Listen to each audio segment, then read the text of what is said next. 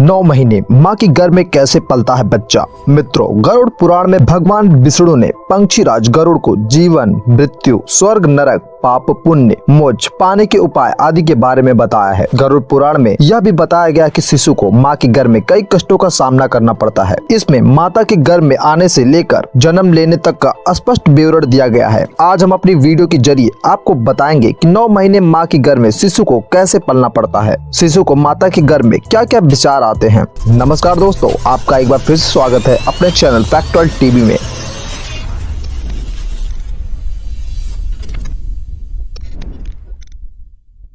दोस्तों, गरुड़ पुराण में वर्णित तथ्यों के अनुसार 1 महीने में शिशु का मस्तिष्क बन जाता है और फिर दूसरे महीने में हाथ आदि अंगों की रचना होना शुरू हो जाती है। वहीं तीसरे महीने में शिशु के उन शारीरिक अंगों का आकार मिलना प्रारंभ हो जाता है, जैसे उंगलियों पर नाखून का आना, त्वचा पे रोम का निकलना, हड्डी, लिंग, नाक, मुंह बन जाते हैं। तीसरे महीने खत्म होने तक और चौथे महीने के कुछ समय में ही त्वचा पर मांस, रक्त, मेद, माजा का निर्माण होता है। 5वें महीने में शिशु को भूख प्यास लगना शुरू हो जाता है। 6ठे महीने में शिशु माता की गर्भ झिल्ली से निकलकर माता की गर्भ में घूमने लगता है। मित्रों, आपको बता दें कि इस समय शिशु को माता के गर्भ में मल मूत्र के साथ अन्य सूक्ष्म जीवों के साथ रहना पड़ता है। फिर अगले 3 महीने में गर्भ में शिशु को कई प्रकार की कष्टों का सामना करना पड़ता है। इस अवस्था में शिशु के पैर ऊपर और सिर नीचे होते हैं और पीठ और ग्रीवा कुंडली के आकार में रहती है। इस समय वह हिल डुल नहीं पाता। जैसे पिंजरे में कैद पंछी दर्द में रहता है, ठीक वैसे ही शिशु माँ के गर्भ में दर्द के बीच रहता है। वह भगवान का नाम जपते हुए अपने पुनर्जन्म के पापों को याद करता है और भगवान से क्षमा मांगता है। मित्रों,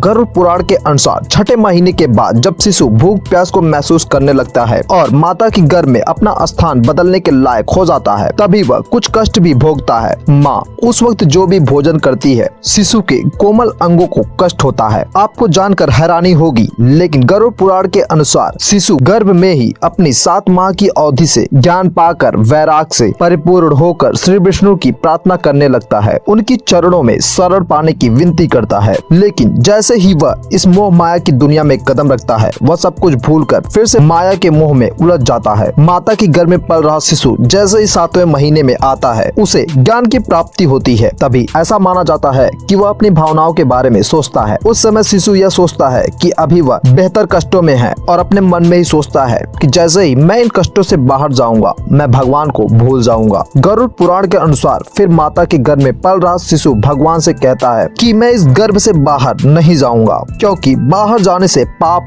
कर्म करने पड़ते हैं, जिससे नरक की प्राप्ति होती है। माता के गर्भ में पूरे 9 महीने शिशु भगवान से प्रार्थना करता है, लेकिन यह समय पूरा होते ही जब प्रस्तुति के समय गर्भ से बाहर निकलता है तो उसे कुछ याद नहीं रहता। साइंस भी कहती है कि शिशु को माँ के गर्भ से बाहर आते वक्त बहुत पीड़ा होती है, जिसके कारण उसके मस्तिष्क पर काफी जोर पड़ता है। शायद यही कारण रहता है कि उसे कुछ भी याद नहीं रहता। गरुड़ पुराण में धर्मकांड के प्रेतकल्प अध्याय में पंक्षीराज गरुड़ भगवान विष्णु से पूछते हैं कि हे प्रभु, जब कोई आत्मा दूसरा शरीर धारण करने से पहले अपनी माँ के गर्भ में होता है तो वह कैसा महसूस करता है, कृपया मुझे विस्तार से बताएं। तब भगवान विष्णु गरुड़ से कहते हैं, हे गरुड़, गर्भस्थल जीवों को अपने पूर्वजों का ज्ञान रहता है। तो मित्रों, आपने देखा कि माँ की कोख में 9 महीने शिशु कैसे रहता है और उसे किन किन कष्टों का सामना करना पड़ता है और उसके साथ क्या क्या होता है। तो मित्रों, आज की वीडियो बस यहीं तक। आशा करते हैं आपको वीडियो पसंद आई होगी। प्यारे साथियों, आपने अपना बेहद कीमती समय हमें दिया, इसके लिए आपका तहे दिल से शुक्रिया।